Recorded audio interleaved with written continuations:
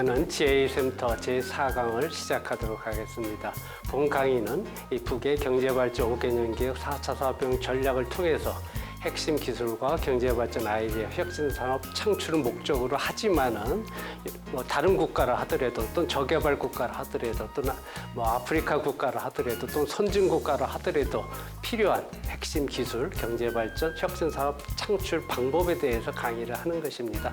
제1강에서는 4차 사업혁명의 진흥화 개념에 대해서 즉 사물이 진화를 갖는 방법에 대해서 설명했고요. 제2강에서는 이 사물이 주민등록 번호를 갖는 RFID, NFC, 비콘에 대해 설명했고 제3강에서는 이 사물 인터넷, 즉 사물이 인터넷에 연결돼서 진흥화 시킬 수 있는 방법론에 대해서 설명을 했습니다. 제4강에서는 우리가 이 4차 사업혁명의 가장 중요한 개념 중에 하나인 CPS, 즉 사이버 피지컬 시스템, 즉 메타버스 또는 이 블록체인, NFT 이런 과목에 대해서 강의를 하도록 하겠습니다. 여러분 아시다시피 지금 너무나 핫한 주제입니다. 너무나 많은 분들이 이쪽 분야 지금 사업을 하고 계시고 또 세계적인 천재급들이 다 이 사업에 한다고도 다들 하고 있습니다. 그럼 과연 그들이 천재급 소리에 맞는 사업 전략에 의해서 지구에 또는 인류에 기여를 하고 있느냐라고 봐야 되거든요.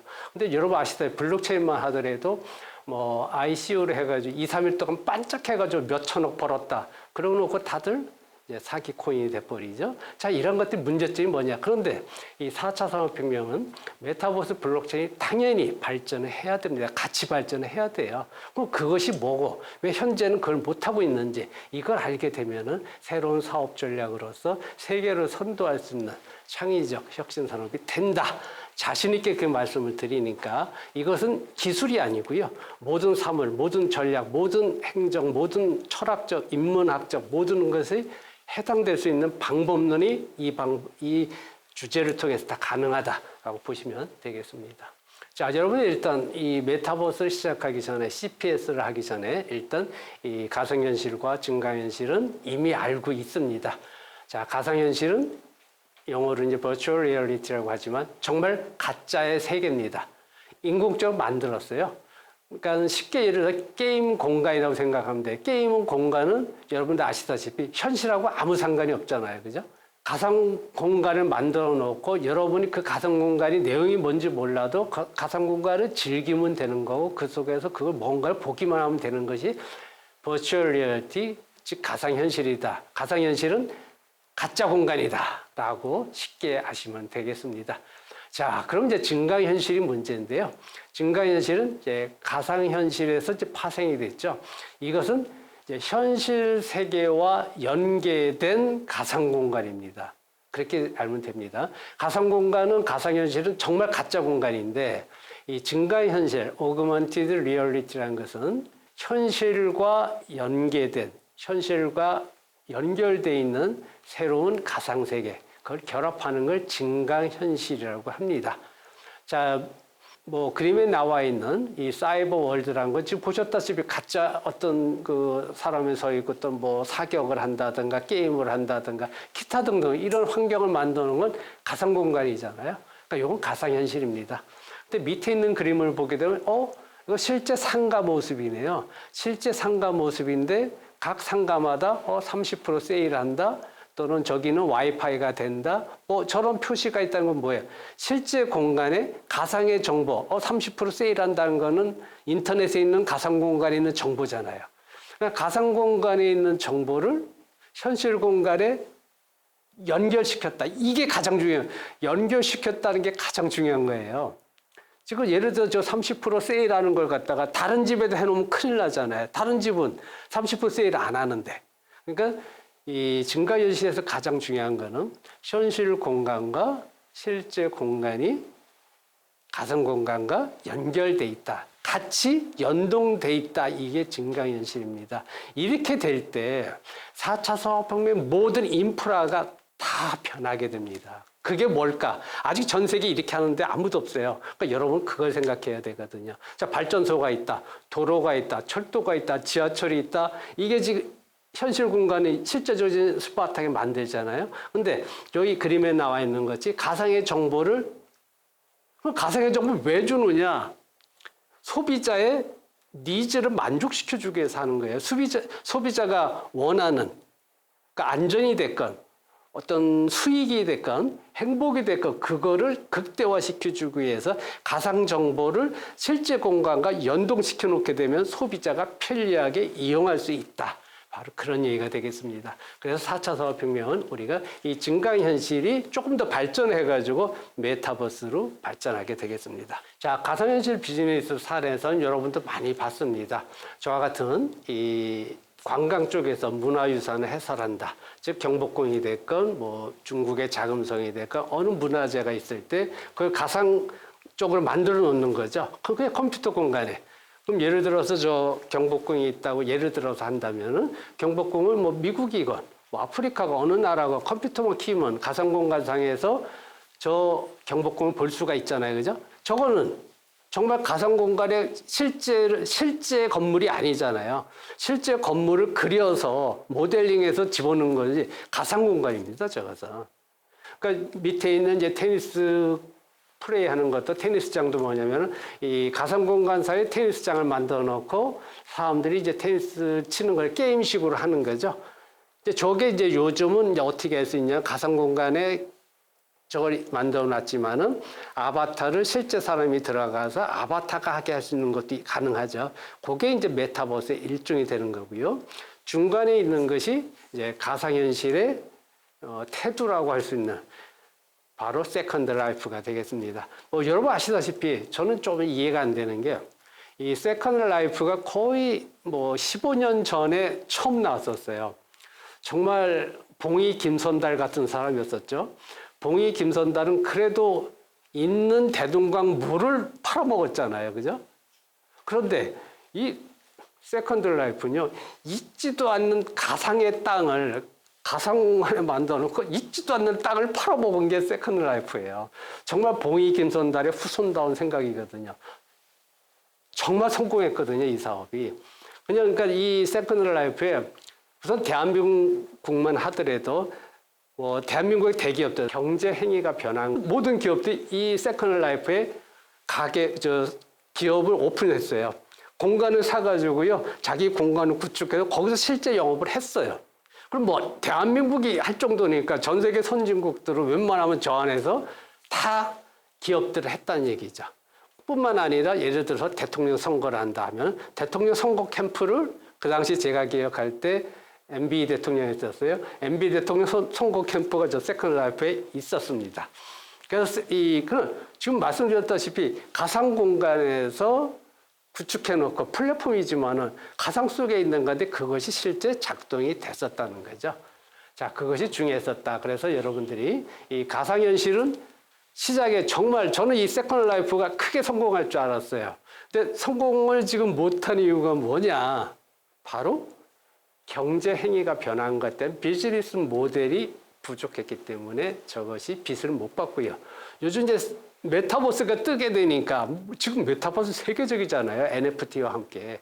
메타버스가 뜨게 되니까 세컨드 라이프도 이제 덩달아서 쟤들도 지금 뜨고 있습니다. 제가 볼 때는 어떤 면에서는 지금 메타버스를 하고 있는 미국의 로블록스라든가 한국의 SK 이프랜드라든가 뭐의 그런 것보다 제페토보다 이 세컨드 라이프가 더 성공할 확률이 좀 있거든요. 근데 문제는 비즈니스 모델의 수익 모델, 서비스 모델을 어떻게 가져가느냐 성공의 관건이거든요.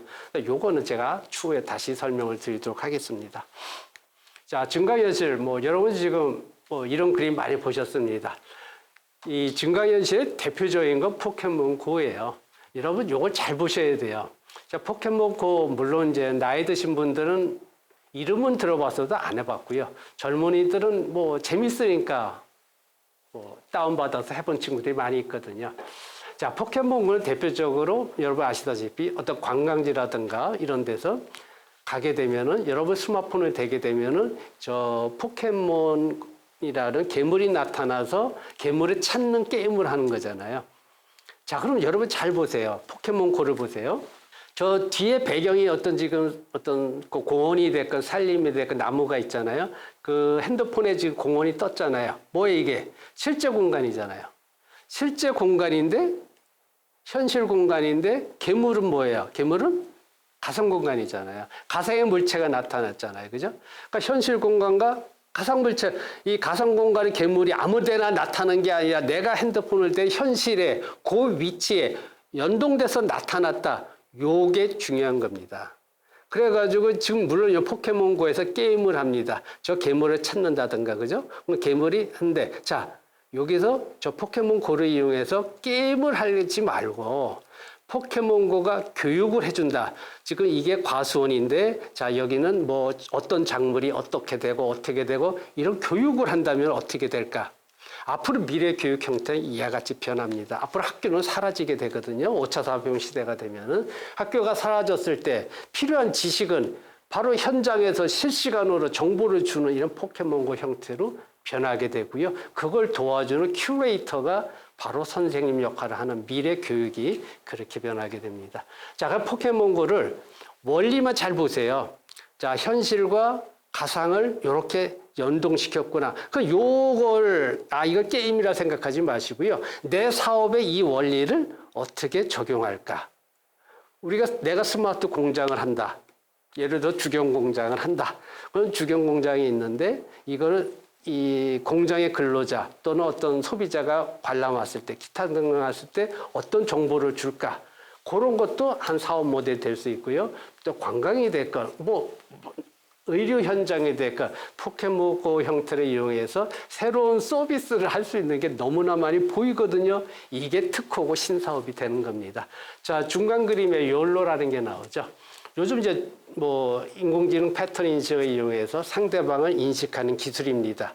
즉 현실에서 지금 저게 지금 중국이거든요. 중국에서 많은 그 오토바이 타고 지나가는 사람도 있는데 저걸 CCTV가 찍어가지고 저 사람의 그 오토바이 형태와 저 사람의 그 차 번호, 뭐 이걸 인공지능 패턴 인식을 통해서 다 인식을 했잖아요. 인식을 통해서 얘가 뭐 범죄자라든 기타 등등 정보를 다 얻어올 수 있잖아요. 즉 무슨 얘기냐?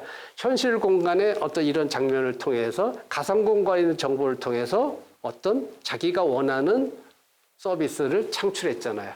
그러니까 욜로를 통해서 저와 같은 작업도 가능하기 때문에 요즘 이 시큐리티 면에서는 많이 이용하는 방법이고요. 밑에 나와 있는 그림들은 밑에 중간에 있는 그림은 이제 저게 아까 제가 말씀드린 미래 교육 형태입니다. 자, 이제 많은 분들이 사실은 뭐 저도 포함해서 차량의 전문가가 아닐 때, 야, 뭐 차에 어떤 문제가 생겼을 때 모르거든요. 그죠? 몰랐는데 차 본네트를 열고 자, 저 스마트폰을 대게 되면은 스마트폰을 댔을 때 저 같은 화면이 보인다는 건 뭐예요? 현실이거든요.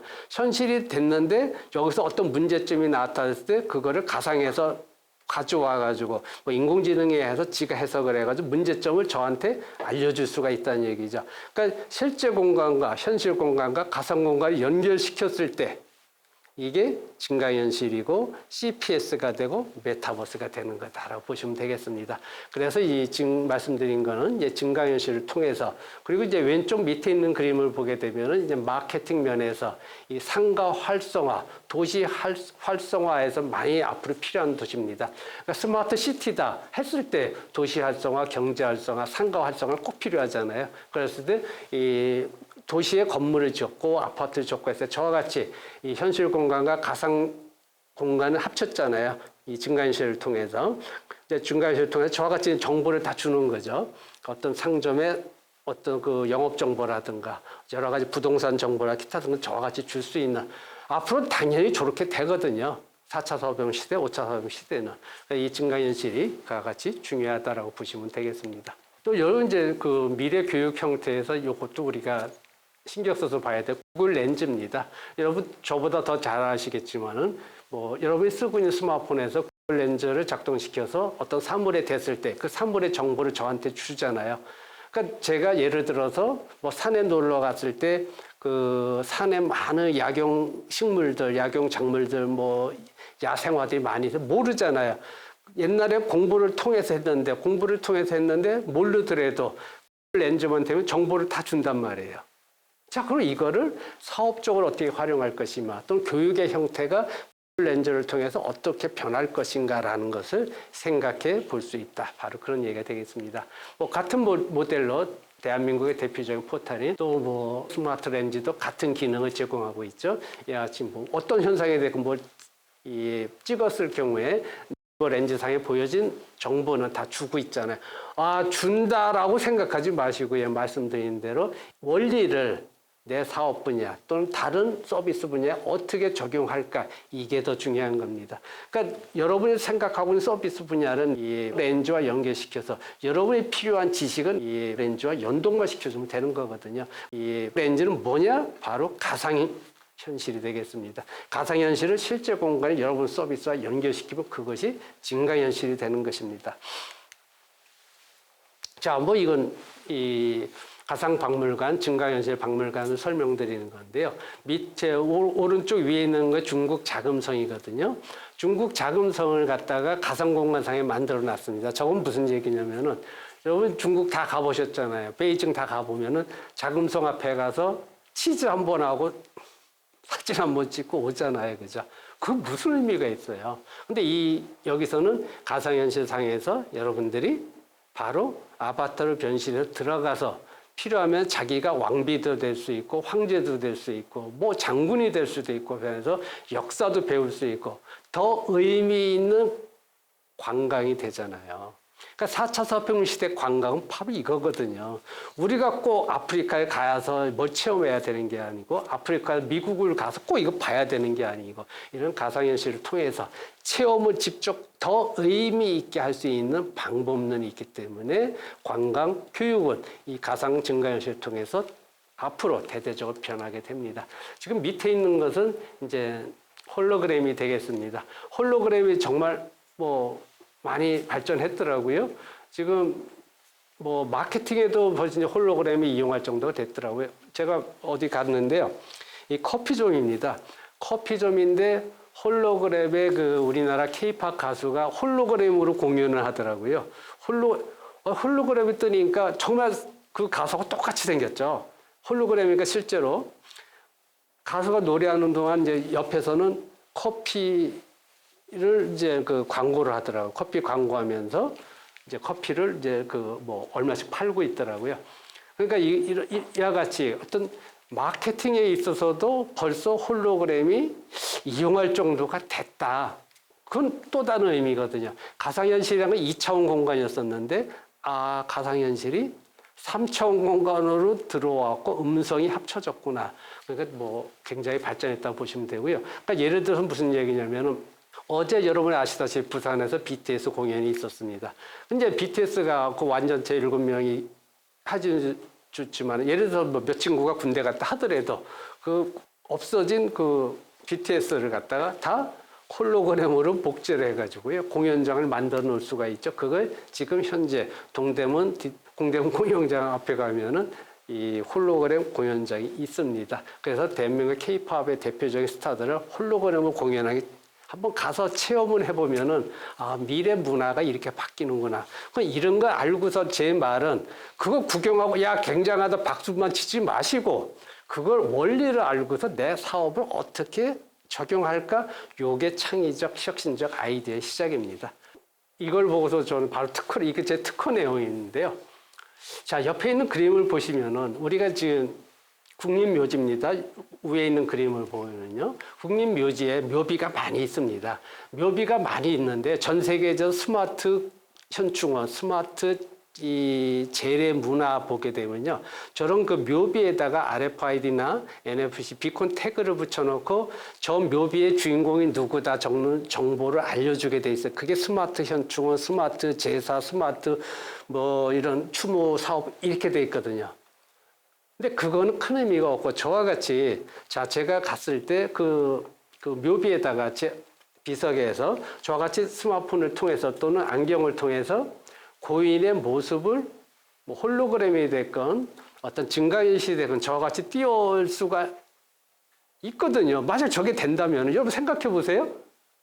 만약 여기 계신 분들, 저 부모님이 다, 물론 제 나이에 다 돌아가셨지만은, 돌아가셨는데 제가 산소에 갔을 때, 홀로그램을 떠가지고 저분이 저한테 어떤 말씀을 하신다든가. 근데 저는 제 부모님 얼굴이 기억하잖아요. 그런데 증손자, 고손자 얘들은 지 할아버지들, 할머니 모습 모르잖아요.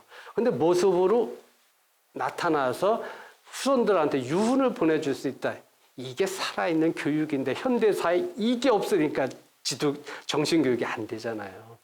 자, 이것이 앞으로 큰 사업이 됩니다. 그래서 현충원, 호국원 같은 데서 묘비가 있다가 중요한 게 아니고요. 저 같은 증강현실을 통해서 정말 의미 있는 소통을 할 수 있다. 이건 정말 중요한 사업이 되겠습니다. 그래서 이제 가상 이 현실 동기화 개념이라고 제가 했는데, 즉 이 증강현실이 되는데요. 요걸 이 4차 사업혁명에서는 그냥 한 단어로 CPS라고 합니다.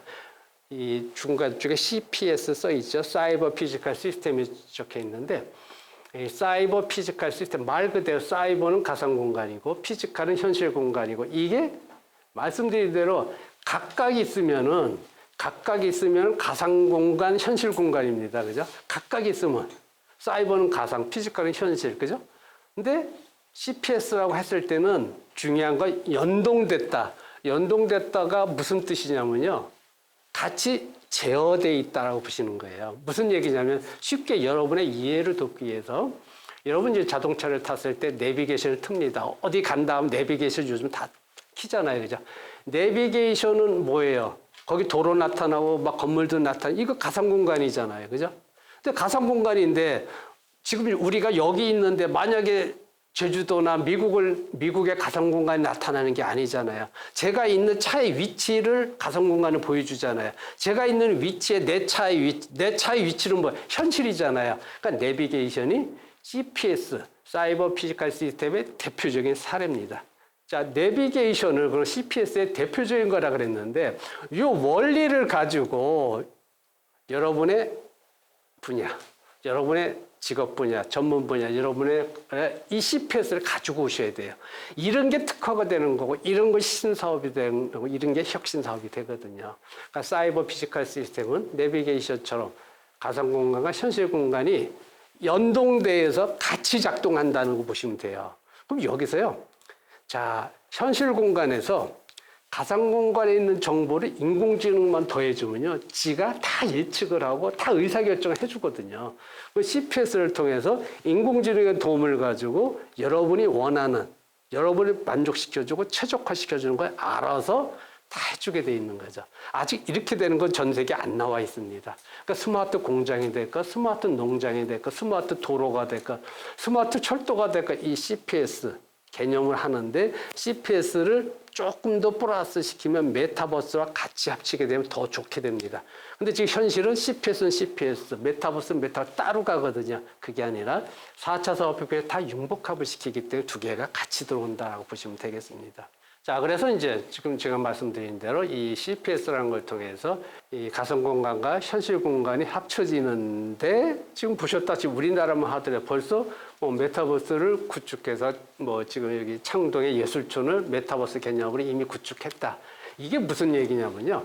가상 공간이 있는데 이 창동 예술촌에 가상 공간을 이제 만들어 놓고요. 여러분이 아바타로 변신해서 실제적으로 이 창동 예술촌 가상 공간에 들어가는 겁니다. 들어가가지고 실제 있는 그 가상 시설들에서 현실에 있는 시설들을 체험할 수 있는 거거든요. 그러니까 꼭 어디를 가지 않아도 가상 공간상에서 실제 공간을 다 체험할 수 있게끔 만든 게 바로 이 창동 예술촌이 되거든요. 그러니까 앞으로 우리가 스마트 시티를 구축한다? 당연히 메타버스 개념이죠. 그러니까 어떤 스마트 시티의 관제센터는 굉장히 중요하거든요. 지금은 이제 여러분 스마트 시티의 관제센터를 보게 되면은 뭐 지금 최근에 된 송도라든가 한국의 광교 가게 되면은 대형 TV 이 화면이 있고 그 안에서 이제 CCTV가 보여주는 스마트 시티의 모든 뭐 도로, 환경, 에너지, 쓰레기 이게 다 보여주거든요. 그건 스마트고 4차 사업혁명 진흥화라 그랬잖아요. 그걸 보여주는 메타버스 개념에서 가상현실이 들어가가지고 필요한 최적화된 서비스까지 주게 돼 있는 거죠. 그래서 이제 지금 CPS가 이 증강현실 같은 것이 이 메타버스 개념이 돼가지고 내가 아바타로 변신해서 이제 조인을 하게 됐다. 그러니까 가상과 증강현실 이 사이에 있어서 가상공간과 현실공간 사이에서 내가 그 가상과 내가 가상으로 들어갈 수가 없잖아요. 죽으면 안 되니까. 그러니까 가상으로 변신하는 게 아바타다. 아바타로 변신해서 가상 공간에 들어가서 현실과 같이 정보를 합쳐주는 것이 메타버스가 되고 그것이 미래 인터넷이 된다라고 보시면 되겠습니다. 그래서 이건 뭐 그 하는 개념과 방법론인데요. 사물 인터넷 기반의 모든 도시의 스마트한 가상 공간과 현실 공간이 합쳐지는 그러니까 스마트 시티, 스마트 국가가 다 이 개념으로 바뀌어야 되거든요. 왜? 스마트 국가다 하더라도 우리가 선거를 한다. 다 지금 투표장에 가서 투표를 하더라도 뭐 저개발 국가에서 조금 뭐 부정부패도 있을 수가 있지만은 이런 개념에서는 블록체인 개념만 들어가게 되면은 어떤 선거가 될까 이런 부정부패 개념도 싹 없어질 수가 있고요. 그 어떤 방법론에 있어서 가상공간과 현실의 모든 국가 또는 지자체 모든 사업에 이거를 합쳐주게 돼가지고 밑에 있는 클라우드 상에서 브레인 인터넷 인터페이스 시키게 되면은 이 형이하학적인 위에 있는 이 시설적인 개념들과 밑에 있는 형이상학적인 이 가상공간 제도, 소비, 인문, 서비스, 모두 철학, 정신행복, 만복, 가치, 뭐 복지, 뭐가 됐건 저런 게 다 하나가 된다라고 보시면 되겠습니다. 근데 이것도 그래요. 말씀드린 대로 그럼 이 CPS라든가 메타버스라든가 이걸 할 수 있는 플랫폼이 다 나와 오픈 플랫폼은 나와 있거든요. 이걸 한번 해보게 되면은 이 사업이라는 게 아무것도 아닌 걸 아는데 안 해봤기 때문에 여러분들이 지금 어렵게 생각하는 겁니다. 그래서 한번 해볼 수 있는 기회는 여러분이 있으니까 한번 체크해 보시고요. 자, 그래서 이렇게 가상현실과 증강현실이 들어오고 메타버스가 들어오고 CPX가 들어오니까 경제 개념이 다 바뀌게 됩니다. 그러니까 여러분들이 국가 발전이다, 사업이다, 프로젝트다 왜 하는 거예요? 결론은 우선 첫 번째 수익이 나야 되는 게 가장 중요한 거고요. 두 번째는 거기에 참여한 모든 사람이 만족해야 돼요. 행복해야 돼요. 그게 뭐예요? 우선 돈을 벌 수 있어야 되죠. 그렇게 했을 때 마케팅 개념이 굉장히 중요한데 마케팅이 지금 말씀드린 대로 가상 증강현실 개념이 마케팅에 들어가야 되고요. 아바타 베이스 마케팅이 또 들어가야 되고 또 이제 5차 산업혁명이 5차 산업혁명은 이제 영성의 혁명이거든요.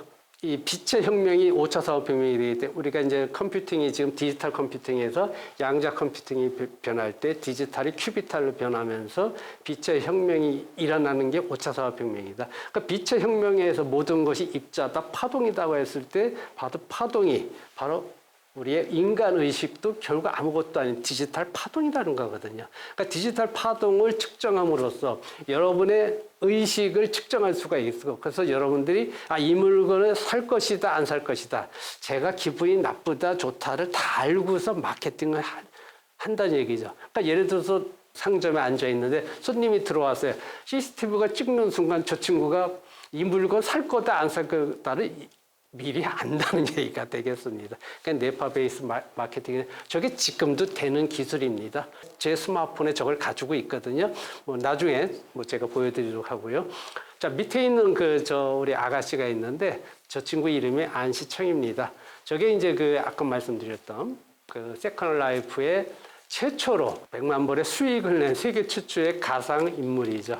요즘 여러분 알다시피 대한민국도 가상 아나운서를 아바타로 만들어서 쓰는 가상 아나운서라든가 가상 텔레마케터라든가 이런 게 지금 산업이 지금 굉장히 활성화되고 있잖아요. 그러니까 앞으로 이제 가상 인물들의 시계, 가상 경제 시대가 돌아오고 있잖아요. 그러니까 이 친구가 안시청이 세컨 라이프에서 했지만은 이 세컨 라이프가 아까 말했던 15년 전인데 지금 2019년, 2020년 최근에 들어와서 이 메타버스와 함께 뜨고 있다. 왜 뜨느냐? 저 그림을 보세요. 저 주인공 두 사람을 보게 되면은 실제 인간과 비슷하게 생겼잖아요. 지금 메타버스의 인간들 얼굴을 보세요. 이거 로블록스를 보게 되면 완전히 애들 장난감 같이 생겼잖아요.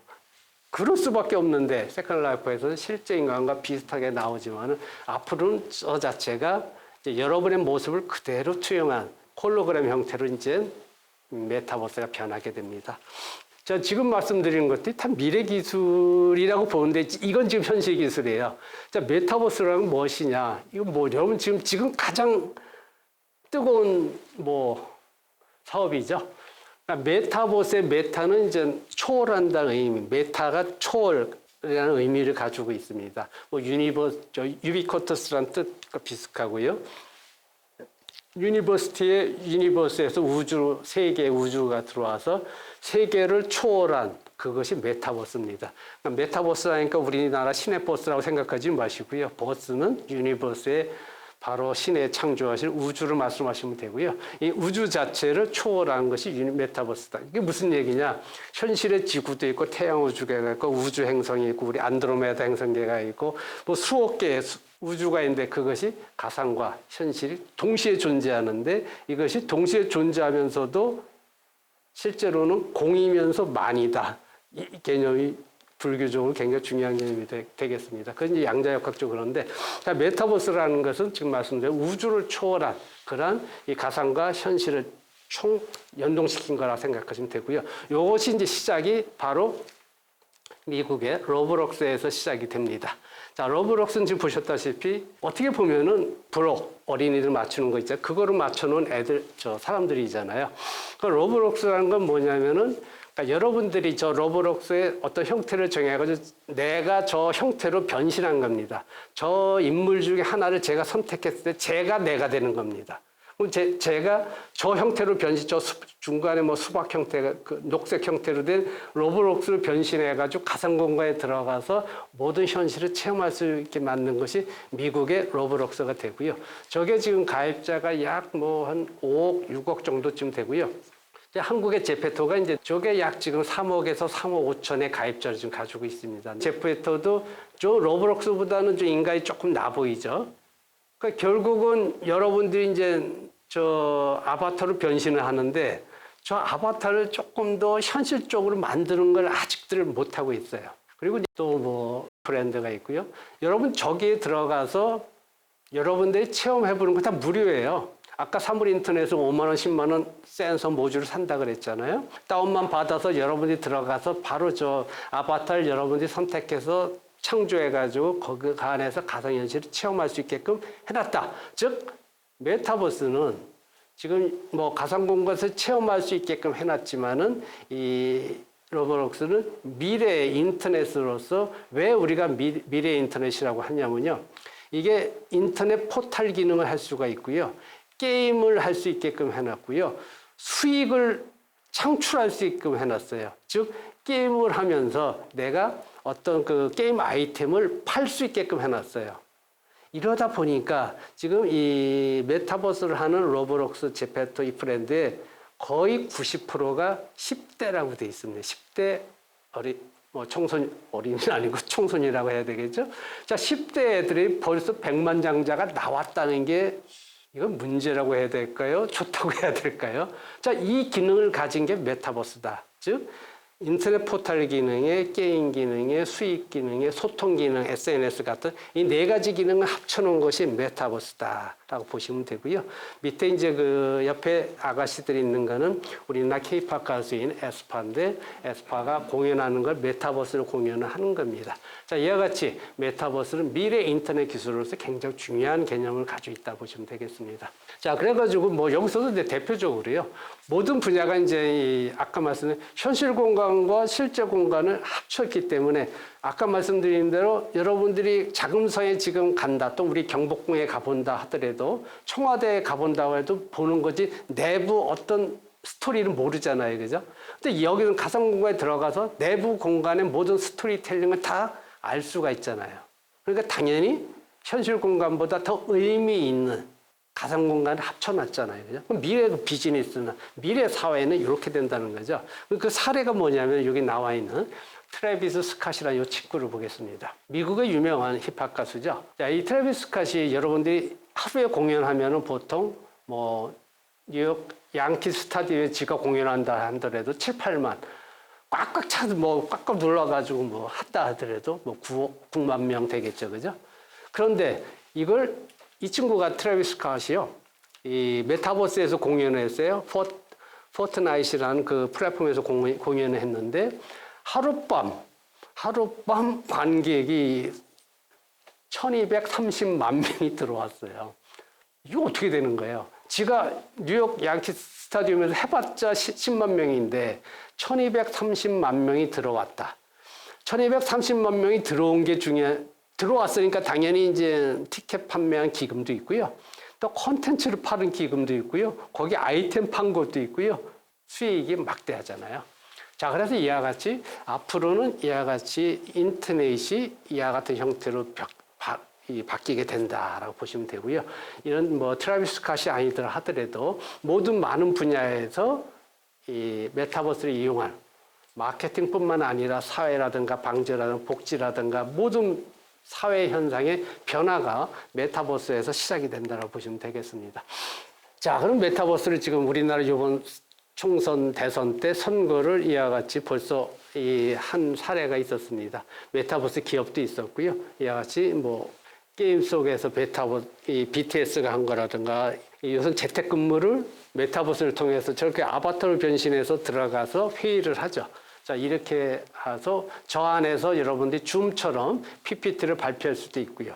그러니까 지금 이제 재택근무를 메타버스로 하는 시대다라고 보시면 되고요. 말씀드린 대로 정치에 있어서도 뭐 메타버스를 통해서 뭐 여기 나와 있는 뭐 죄송합니다만 뭐 실제 정치인들 이름이 있습니다. 많은 분들이 메타버스를 통해서 실제 유권자들과 만나서 유권자들 현실에서는 어때요? 악수하고 가기 힘들잖아요. 그렇잖아요. 근데 여기서는 어떻게 돼요? 모두 이 사람의 여러 가지 공약이라든가 여러 가지 장점들, 여러 가지 스토리텔링을 컨텐츠를 통해서 유권자들한테 전달이 되잖아요. 그러니까 당연히 앞으로 이 메타버스 형태로 들어가게 되는 거죠. 근데 이제 메타버스가 이렇게 되다 보니까 이제 여러 가지 문제점도 좀 일부 있습니다. 벌써 뭐 여기도 나와 있습니다만은 중학생 갑부들이 뭐 막 출모를 한다 그러고 있고요. 그리고 이제 이 문제가 되는 건 이제 어린 학생들이 돈을 버니까 왜 얘들이 뭐 나이든 이 중장년층들보다는 아무래야 컴퓨터에 익숙하다 보니까 그 안에서 사업도 잘합니다. 이 여러 가지 컨텐츠라든가 아이템을 만들어서 팔기도 하고요. 그러니까 예쁜 모자, 또 예쁜 신발, 예쁜 시계 뭐 이런 거 만들어 팔 수가 있어요. 근데 이렇게 하면서 문제는 조금 이제 관심을 끌려니까 야하게 들어가서 성적인 유혹을 하는 이런 게 문제가 나서 이 메타버스 성에서도 이 범죄가 일어날 수 있는 그런 불법 행위가 일어날 수 있기 때문에 이에 대한 메타버스는 미래 세계로 당연히 가는데 미리 대비를 해서 여기에 준비를 하는 것이 굉장히 중요할 것 같습니다. 자, 그래서 뭐 메타버스는 여러 가지 지금 중요한 홀로그램부터 뇌과학, 메타클론이라는 것도 있습니다. 그래서 메타버스가 아까 말씀드린 단점이 뭐냐면은 지금은 이 아바타가 게임 형태의 진짜 그 블록 형태 이상하게 나타났다 이거죠. 뭐 실제 인물과 비슷하지도 않다는 거죠. 근데 지금 앞으로는 이와 같이 홀로그램을 이용한 아바타가 정말 자기의 분신처럼 들어갈 것이고요. 근데 이제 문제는 영혼도 디지털 정보이기 때문에 그 아바타에 여러분의 영혼의 디지털 정보를 마인드 업로딩해서 살아있는 아바타가 된다는 게 미래입니다. 이게 메타 클론이 되겠습니다. 클론은 복제인간이라는 뜻이잖아요. 이 복제인간은 여러분의 유전자 세포 가지고 그대로 배양해가지고 인간을 만드는 게 복제인간이잖아요. 이 복제인간이 아바타처럼 돼가지고 메타버스 속에서 활동을 하는 거죠. 그럼 저 사람은 뭐예요? 아니, 제 유전자 세포 가지고 그대로 배양시켰죠. 그게 저잖아요. 그게 클론이잖아요. 그 클론에다가 내 정보만, 영혼의 정보만 집어넣게 저거 똑같은 놈이 되는 겁니다. 그게 메타버스의 미래가 되고요. 요건 그 기술은 제가 볼 때 이제 5차 산업혁명 시대에 그렇게 될 거고요. 그런 기술이 이 메타버스가 블록체인, 사물인터넷, 인공지능, 소셜 플랫폼과 융복합이 되는 메타버스로 발전하게 됩니다. 이렇게 되는 메타버스 전 세계에 없거든요. 그러니까 여러분이 메타버스 생각한다면은 이와 같은 서비스 모델이 중요한 거지 지금 메타버스에서 뭘 하겠다는 게 중요한 게 아니거든요. 이미 늦었거든요. 아까 말 로블록스, 뭐 제페토 이미 걔들이 하고 있는 플랫폼이 있는데 그걸 이기려면은 바로 지금 말씀드린 이 미래 방향을 가서 스마트 시티와 연계시켜서 도시 생활 속에서 연계시키는 것이 핵심이 되겠습니다. 자, 그럼 미래 인터넷 시계는 이와 같이 메타버스가 변하게 되고요. 디지털 트윈에서 메타버스를 완성이 된다. 너무나 중요하지만 시간상 지금 블록체인이 들어가야 되기 때문에 이 정도에서 마치겠습니다. 문제는 예술 문화가요. 이게 다 바뀌어요. 메타버스로. 이게 다 바뀌거든요. 왜? 현실에 지금 BTS 공연 아까 말씀드린 것들, 이런 것들이 모두 예술 문화에 관련된 모든 분야가 이 4차 산업혁명의 이 핵심 기술에 다 바뀌어가지고 새로운 예술 문화 이거야말로 프로젝트가 되고 상품이 되고 사업이 되잖아요. 자, 이런 것들을 한번 생각해 보시고요. 관심 있는 분은 저한테 연락 주시면은 제가 사업할 수 있도록 도와드리겠습니다. 자, 그걸 할 수 있는 특허입니다. 제가 가지고 있고요. 유비쿼터스 도시 시스템과 가상 도시 시스템 연동시킨다. 제가 이 특허를 언제 냈냐? 2009년에 냈어요. 자, 정신 나간 사람이죠. 제가 벌써 이런 특허가 옛날에서 메타버스 있게 될 거 뻔히 보였던 거고요. 유비쿼터스 때부터. 그래서 이런 연동을 아까 말 CPS에서 가장 사이버와 피지컬을 연동시키는 게 가장 중요하다고 그랬잖아요. 바로 이거잖아요. 자, 이거고요. 자, 그러니까 도시 사회 모든 게 바뀌고, 아까 말씀드린 이제 제사 문화에서도 지금 뭐 제사가 지금 뭐 고부 간의 갈등, 기타 등등 뭐 그걸 떠나서 이제 이런 식으로 제사를 음식 차려놓고 하는 제사 시대는 아니죠, 이제. 그래서 그냥 가상공간상에서 이와 같이 될 것이라는 특허가 이미 나와 있고요. 그러니까 가상공간상에서 이제 돌아가신 고인께서 뭐 홀로그램이 되건, 아바타로 변신해서 후손들과 뭐 정말 대화를 할 수 있는 그런 게 정말 되거든요. 만약 이게 된다면은 종교적으로 우리 하나님과 또는 뭐 부처님과 대화할 수 있는 게 당연히 되죠. 당연히. 미래 종교 형태가 바로 이 형태로 변하는 겁니다. 자, 이렇게 됐을 때 우리가 가상 공간에 있는 도면을 가지고 현실 공간 실제적으로 3D 프린팅을 통해서 이와 같은 사업을 할 수 있고요. 그러니까 저 특한에 있는 네모 박스는 실제 그 북한의 표준 도면입니다. 주택에 1층짜리 존 제가 놨는데 저런 건 하루에 한 채씩 찍을 수가 있거든요. 그러니까 저개발 국가 같은 나라에 아프리카 되건 뭐 아시아의 저개발 국가가 있을 때 하루에 한 채씩 기계 하나가 가장 빠르게 가장 저렴하게 그래서 주거 개선을 할 수 있는 거죠. 그러니까 가상현실과 실제 공간을 합칠 수 있다 그런 얘기를 하는 겁니다. 자, 뭐 이런 게 다 되는 거고요. 자, 이제 블록체인에 들어가면은 뭐 여러분들이 잘 아시다시피 이제 메타버스, 즉 가상 공간에서 실제 공간이 합쳐졌습니다. 자, 그럼 가상 공간에 있어서도 경제 행위가 일어나기 때문에 가상 공간에서 쓸 수 있는 화폐, 즉 가상화폐가 되어 있습니다. 자, 가상화폐가 되는데, 자, 가상화폐냐, 전자화폐냐, 또 암호화폐냐, 다 얘기가 세 개 다 틀린 얘기입니다. 가상화폐, 암호화폐, 전자화폐 다 틀린 얘기거든요. 자, 블록체인이라는 것은 암호화폐가 되겠습니다. 자, 우리가 이제 세계 경제를 보게 되면 미국의 서브프라임 사태 보게 되면은 그때 문제가 뭐가 있었냐면은 자, 사람들이 모기지를 써가지고 돈을 갖다가 다 많이 썼는데 중앙은행에서 다 집중 관리를 했거든요. 중앙은행에서 집중 관리하는데 중앙은행에서 문제가 생기면은 다른 지방은행들부터 다 문제가 생기잖아요. 그죠? 우리도 좀 어제 카카오에서 문제가 생겨가지고 모든 게 셧다운 됐잖아요. 그죠? 왜? 중앙 집중 방식이잖아요. 중앙 집중 방식 모든 데이터 다 가지고 있는데 여기서 문제가 생기니까 모든 게 다 문제가 생기잖아요. 아, 우리가 인류 문화 5,000년 역사가 중앙 집권제였었잖아요. 중앙 집중된 방식이었었는데 아, 이게 틀렸다.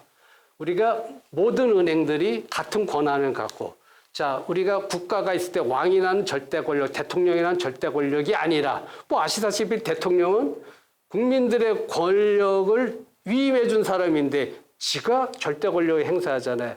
그럼 바로 이제 그 국민들이 주인이 되는 게 자, 모든 은행이 있을 때 중앙은행이 아니라 지방은행들 각자 개인 요소들이 주인공이 되는 게 블록체인입니다.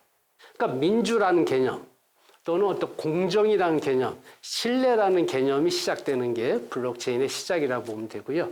그러니까 이제 블록체인이 이제 시작한 게 이제 비트코인에서 시작했기 때문에 지금 일부 문제점이 있는 겁니다. 제가 기억할 때요, 비트코인이 2002년도, 2003년도에 가격이 얼마였었냐면요. 비트코인 3개를 줬을 때 햄버거 하나 사 먹었었어요. 그럼 가격이 30-40원도 안 됐다는 얘기잖아요. 그죠? 근데 이제 비트코인이 가격 제일 높았을 때 얼마까지 했어요? 거의 8천만 원에 근접했었잖아요. 8천만 원. 말이 돼요? 30-40원 하던 게 8천만 원에 올라간다는 게 8천만 원 하던 게 지금 얼마나 떨어져서 2,500만 원대로 떨어졌잖아요. 그런데 이런 거를 화폐로 쓰자? 말 같은 소리들을 해야지 제가 가만히 있죠. 여러분 지금 화폐라는 거는 변동성이 그렇게 큰 거라 이거 투기지 이게 화폐가 아니잖아요. 왜? 비트코인 기반에서 개념이 잘못됐기 때문에 지금 못 쓰는 겁니다. 그거는. 자, 그래서 암호화폐는 지금 보셨다시피 1세대라고 하는 비트코인부터 2세대라고 하는 이더리움, 3세대 뭐 이오스라든가 뭐 큐텀이라든가 여러 가지가 있습니다. 뭐 이런 거에 물 장단점이 있지만 기본적으로 여러분이 이제 잘못 알고 있는 게 있는데 블록체인에서 가장 중요한 건 뭐냐면은 어떻게 됐건 탈중앙화, 분산 요 개념이 굉장히 중요한 겁니다. 우리가 앞으로 지구 인류 문명에 있어서는 자 권력이 독점돼가지고 부정부패가 계속되는 거 이건 말이 안 되잖아요. 아무리 대한민국도 민주주의라고 하지만은 대통령 선거 전에는 지가 국민을 모시겠다 놓고 대통령만 되면은 완전히 절대적으로 변해잖아요. 그럼 물론 저희 나라만 그런 건 아니죠. 외국도 그러잖아요. 근데 이게 잘못된 거란 얘기죠. 정말 그 사람들은 국민의 권한을 위임해줬는데 탈중앙화, 국민이 주인이라는 것을 확인시켜 줄 수 있는 게 블록체인입니다. 그래서 민주주의 자체가 변할 수 있고 공산주의도 변할 수 있는 게 바로 블록체인 민주주의, 블록체인 공산주의가 되고요. 인터넷상에 보면 아마 제가 강의한 블록체인 민주주의 같은 내용이 아마 찾아볼 수 있을 겁니다. 자, 그래서 이제 이 블록체인이라는 것은 제3자가 개입할 필요가 없다. 제3자가 개입해서 커미션이라는 부정부패가 모든 게 시작이 되잖아요. 자, 이런 문제점을 해결할 수 있는 것이 블록체인이가 되고요. 이 블록체인의 장점은 여러분 비트코인이 됐건 이더리움이 됐건 채굴이라는 단어를 쓰잖아요. 마이닝이라는 단어를 쓰는데 채굴하는 사람들이 자기가 돈 벌려고 자기가 스스로 하는 거잖아요. 그러니까 블록체인에서는 우리가 어떤 POW라고 하는 프루프 워크라고 하는 채굴을 검증하는 거건 뭐 어떤 채굴을 하건 모든 게 다 자발적으로 하는 거예요. 자, 그럼 민주주의 사회에서는 스마트 시티에서는 시민들이 국민들이 자발적으로 청소도 하고 자발적으로 봉사도 이게 필요하잖아요. 바로 그거를 보상해 주는 게 블록체인 국가가 되는 겁니다. 그러니까 블록체인에서 말씀드린 비트코인 같이 사업 30원짜리가 8천만 원 되는 그 국가를 얘기하는 게 아니고요. 새로운 개념의 블록체인이 무엇인지 제가 설명을 드리도록 하겠습니다. 자, 최근에 우리가 이제 최고의 이 암호화폐인 이더리움이 문제가 생겼다. 이거 정말 문제입니다. 이더리움이 문제가 생겼다면 믿을 수 있는 게 없어요. 왜? 비트코인보다 한 단계 진화한 게 이더리움으로 보고 있거든요. 비트코인은 1세대 암호화폐로서 거기에 그 스마트 컨트랙트가 들어가가지고 전자지갑 형태가 들어가서 어떤 조건을 만족시켜 주게 되면 어떤 새로운 리워드 보상 체계를 작동시키는 게 바로 이더리움이 되거든요. 이더리움은 정말 믿었는데 이더리움 자체도 지금 보셨다시피 어떤 이 트랜잭션 상에서 문제가 됐다. 그리고 이제 이런 것들도 보통 이 이더리움을 개발한 것도 이제 우리가 언어가 이제 솔리디티라고 하는 건데 솔리디티도 벌써 알고랜드라는 새로운 이 개발 언어가 나오고 있다. 그러니까 이와 같이 돼 있고 우리나라에서는 그래도 좀 믿을 수 있는 게 이제 카커 쪽에서 나오는 그 클레이튼이라는 그 있는데 이 클레이튼이 이제 그것도 이더리움의 소스 코드 기반으로 개발을 했습니다. 그래서 물론 이제 이더리움 기반에 해서 이더리움 기반에 했지만요. 여기서 제가 제일 마음에 안 드는 게 뭐냐면은 이 비트코인이 됐건 이더리움이 됐건 민주적이라고 했는데 사실은 민주적이 아니에요. 무슨 얘기냐면은 이 비트코인에서는 우리가 어떤 수익을 분배하고자 할 때 사실 참여한 모든 사람들이 다 가져가야 되는데 그게 아니고요. 주식하고 똑같이 대주주가 모든 권한과 수익을 다 가져가게 돼 있는데 비트코인 같은 경우는 거의 50%에서 70%가 중국 사람들이거든요. 그중에서 위장이라는 친구가 거의 다 가지고 있거든요. 이거 뭐 민주적이라고 했는데 그게 아니고 대주주에 의해서 장난치기 있습니다. 저는 그래서 비트코인이나 이더리움, 암호화폐는 더 이상 발전할 수가 없습니다. 절대 제 말이 맞을 거고요. 그것이 양자 컴퓨팅이 되게 되면 블록체인은 필요가 없게 될 수도 있습니다. 그런데 블록체인의 개념은 너무나 좋은 거예요. 왜? 탈중앙화 시킨다, 신뢰를 줄 수 있다, 공정성이 있다. 이 개념은 좋기 때문에 원리적으로는 블록체인을 가져가자는 게 제 생각입니다. 그래서 이제 이걸 할 때는 여러분 블록체인의 비트코인이나 이더리움이나 이어서 모든 암호화폐는 채굴을 해야 돼요.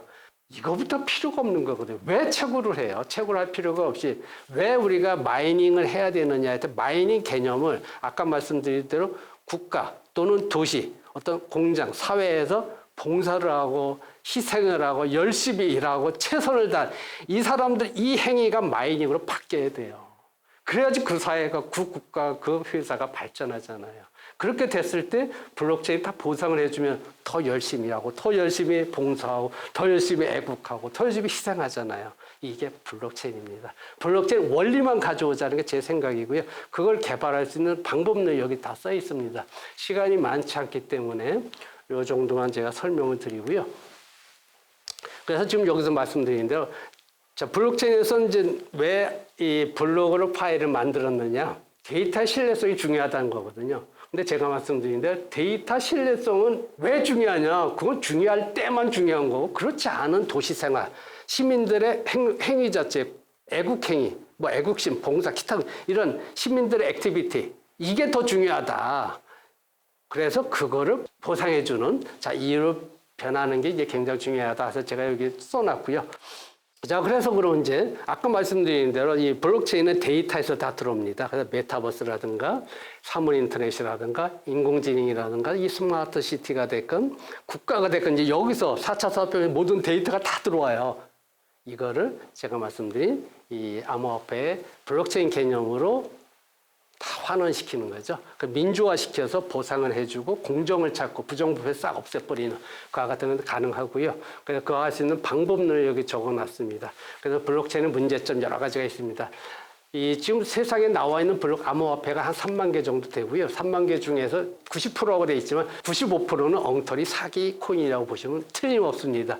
근데 10% 남아있는 것 중에서 10%도 2, 3년 지나면 다 없어지는 게 현실입니다. 그런데도 모르고 사람들이 그냥 블록체인 암호화폐 투자하려고 정말 바보든 난리치고 앉았습니다. 그게 현실입니다.